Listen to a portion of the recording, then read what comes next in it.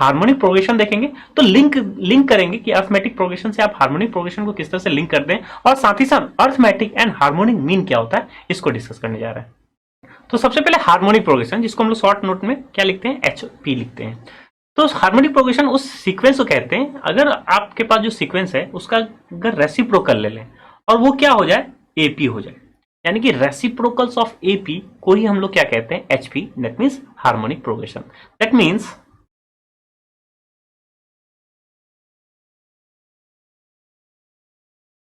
अगर सीक्वेंस कुछ इस तरह से ले हम लोग A1 A2 A3 and so on, अगर ये HP में होगा तो इसका क्या मीनिंग है,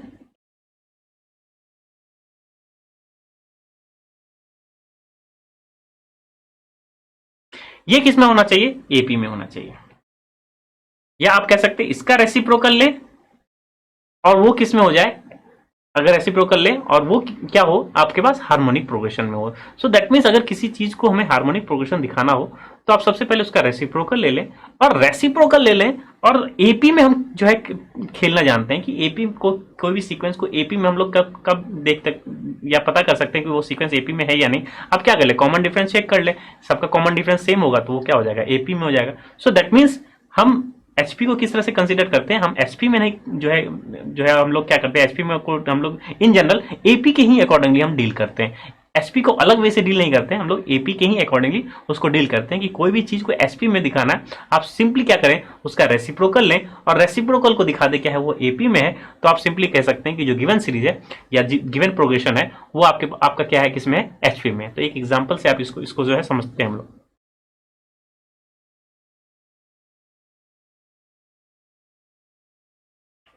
क्या जो गिवन एग्जांपल हम लोग ले रहे हैं क्या ये HP में है, सबसे पहला क्वेश्चन है हमारे पास, जो ये जो गिवन आपके पास प्रोग्रेशन है, या आप कह सकते हैं सिंपल अभी सीक्वेंस है, क्या वो हार्मोनिक प्रोग्रेशन है। तो हार्मोनिक प्रोग्रेशन को दिखाने के लिए क्या करते हैं, इसका रेसिप्रोकल लें और वो उसको किस में दिखाना होगा, उसको वो अगर AP में होगा तो हम कह सकते हैं ये HP में, तो इसका रेसिप्रोकल लें सबका, तो क्या हो जाएगा, 1 का रेसिप्रोकल 1,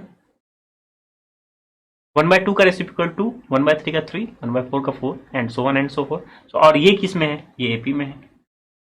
तो दैट मीन्स जो ये अगर ये क्वेश्चन मार्क था कि ये HP है या नहीं, तो इस क्वेश्चन मार्क को हमने क्या कर दिया, बता सकते हैं कि अगर ये AP में तो ये किस में होगा, HP में होगा। तो बस यही क्राइटेरिया। अब AP में है क्योंकि ये 1 2 3 4 को कॉमन डिफरेंस क्या हो गया, सिंपली 1 हो गया, और फर्स्ट टर्म क्या है, A है,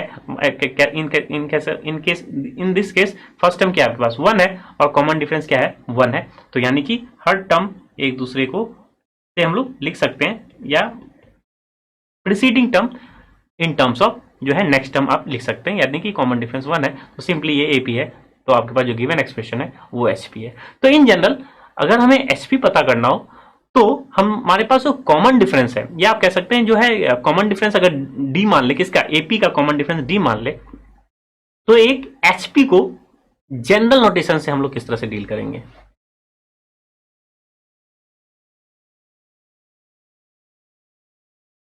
तो जनरल टर्म, या कह सकते हैं हम NF टर्म की बात कर रहे हैं, NF टर्म ऑफ HP। तो HP को आप ये समझ रखिए कि उसका रेसिप्रोकल किस में होगा, आपके पास होना चाहिए AP में होना चाहिए, यानी कि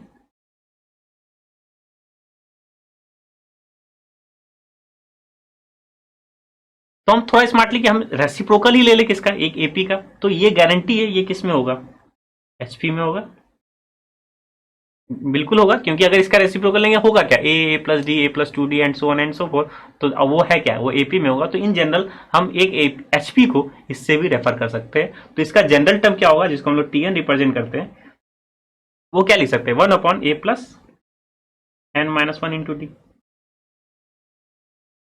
या आप कह सकते हैं AP का जनरल टर्म क्या था, होता है A+n-1 इंटू D। तो HP का जनरल टर्म क्या हो जाएगा, reciprocal of this that term, तो 1/A+n-1 इंटू D।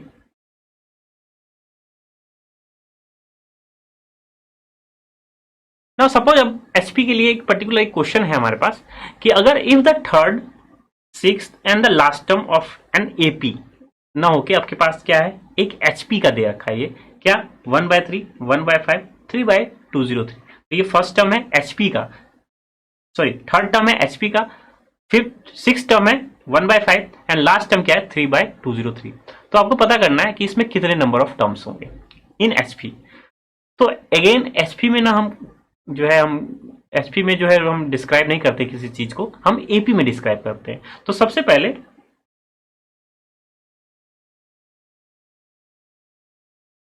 तो लेट हमारे पास एचपी है और जिसके थर्ड टर्म की वैल्यू क्या है 1/3, सिक्स टर्म की वैल्यू क्या है 1/5 और nth term that mean last term की वैल्यू क्या है आपके पास 3/203।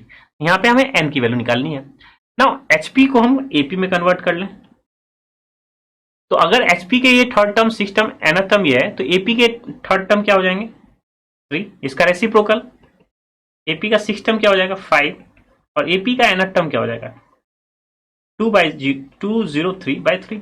एपी का nth टर्म हो जाएगा। अब एपी में हमें पता है nth टर्म क्या होता है, एपी का nth term a plus n minus one into d, a plus n minus one into d. तो यहां से tn का एक फॉर्मुलेशन हमारे पास क्या हो गया, या कह सकते हैं आप n के फॉर्म में tn की वैल्यू क्या हो गई, सिंस tn की वैल्यू क्या है 203 डिवाइड बाई 3, यहां वैल्यू रखें। तो हमारे पास tn का एक फॉर्मुलेशन है 203/3 is equal to a plus n minus one into d. इसको हमने लेट से इक्वेशन 1 मान लिया। नाउ थर्ड टर्म की वैल्यू क्या है 3। तो थर्ड टर्म इन जनरल हमारे पास एपी का क्या होता है, थर्ड टर्म को हम लोग क्या लिखते हैं a plus n minus one into d. तो दैट मीन्स यहां से एक इक्वेशन a और d के फॉर्म में आ गई, लेट से इक्वेशन नंबर 2। और सिक्स टर्म की वैल्यू क्या है हमारे पास 5, सिक्स टर्म की वैल्यू क्या है 5। सिक्स टर्म को इन जनरल एपी में हम लोग क्या लिखते हैं a plus six minus one into d. ये क्या हो जाएगा a plus 5d equals to what 5। Now क्या हमें ये निकालने, यहीं से n की वैल्यू निकलेगी। इस n की वैल्यू डिटरमाइन करने के लिए a और d की वैल्यू चाहिए थी। अब ये इक्वेशन नंबर 2 और 3 से क्या है, एक लीनियर इक्वेशन है a और d के फॉर्म में, यहाँ भी a और d के फॉर्म में। तो क्या इन दोनों से हम a और d को डिटरमाइन कर लेंगे। तो ये बेसिक कैलकुलेशन हम कर सकते हैं। सिंपली 2 और 3 को आप सब्ट्रैक्ट कर लेंगे या 3 और 2 को सब्ट्रैक्ट कर ले तो हमारे पास a रिमूव हो जाएगा और d की वैल्यू वहां से क्या हो जाएगी, सिंपली इवेलुएट हो जाएगी। और जैसे ही d की वैल्यू इवेलुएट होगी किसी भी इक्वेशन या 2 या 3 में रखे हम क्या निकाल सकते हैं, a की वैल्यू निकाल सकते हैं।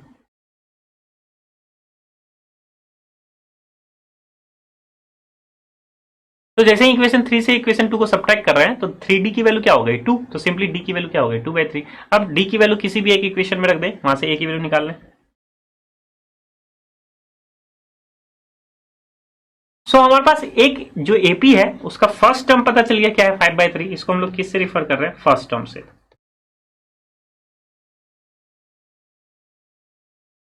तो फर्स्ट टर्म क्या हो गया 5/3 और कॉमन डिफरेंस क्या हो गया हमारे पास 2/3।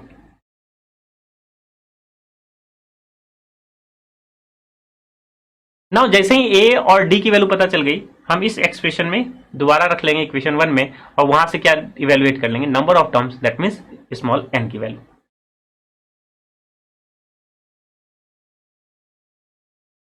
तो यहाँ क्या हो गया हमारे पास जो है nth टर्म क्या हो गया a plus n minus one into d. a और d की वैल्यू हम पुट कर लिए, यहाँ से सिंप्लीफाई कर सकते हैं। पहले थ्री को आप क्या कर ले मल्टीप्लाई कर दे 3 को इस पूरे इक्वेशन में।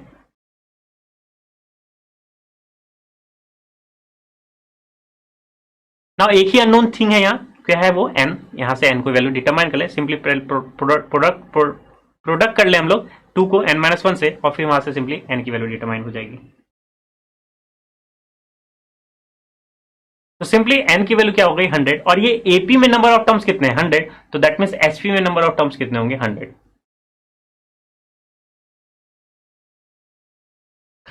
तो student I hope harmonic progression easy हो जाता है, इजीली वर्क कर सकते हैं हार्मोनिक प्रोग्रेशन में जब उसका क्या कर ले आप रेसिप्रोकल ले ले और वो क्या हो जाएगी एपी में हो जाएगी। और एपी में हम लोग nth टर्म जानते हैं, एपी का सम टर्म सम जानते हैं किस तरह से सम, यही अगर क्वेश्चन में सम निकालना होता तो एपी का सम करते हैं उसका रेसिप्रोकल ले लेते, वही आपका क्या हो जाता है एस हो जाता है। तो आई होप स्टूडेंट आपको हार्मोनिक प्रोग्रेशन समझ में आ गया और किस तरह से लिंक करते हैं अर्थमेटिक प्रोग्रेशन से वो भी आपको समझ में आ गया होगा।